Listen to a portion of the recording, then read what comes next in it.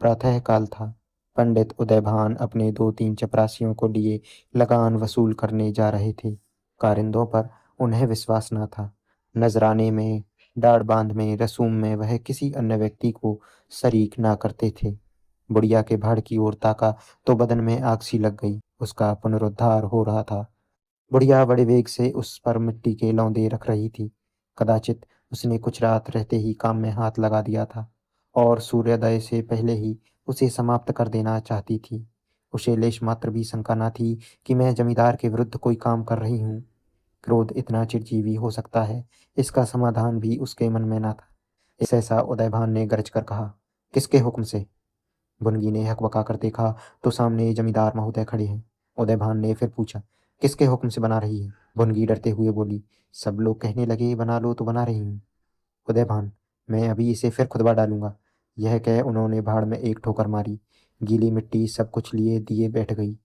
दूसरी ठोकर नांद पर चलाई, लेकिन बुढ़िया सामने आ गई और ठोकर उसकी कमर पर पड़ी। अब उसे क्रोध आया। कमर सहलाते हुए बोली, महाराज, तुम्हें आदमी का डर नहीं है तो भगवान का डर तो होना चाहिए।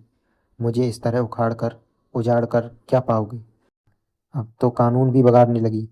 हाथ पैर जोड़ती तो चाहे रहने भी देता, लेकिन अब तुझे निकाल कर ही दम लूंगा चपरासियों से।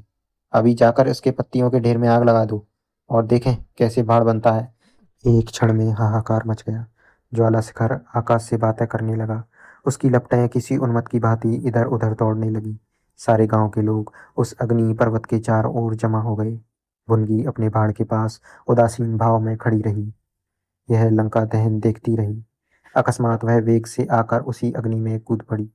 लोग चारों तरफ से दौड़े, लेकिन किसी की हिम्मत न पड़ी कि आग के मुंह में जाए। क्षण मात्र में उसका सूखा हुआ शरीर अग्नि में समाविष्ट हो गया।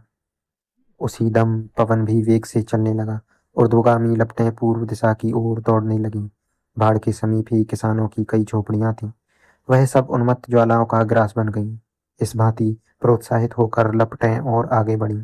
सामने पंडित उदयभान की बखार थी, उस पर झपटी। अब गांव में हलचल पड़ी। आग बुझाने की तैयारियां होने लगीं, लेकिन पानी के छींटों ने आग पर तेल का काम किया।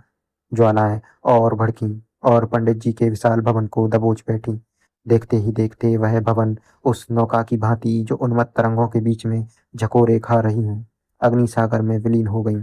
आप सुन रहे थे मुंशी प्रेमचंद की लिखी कहानी विध्वंस। पूरी कहानी सुनने के लिए चैनल को सब्सक्राइब करें।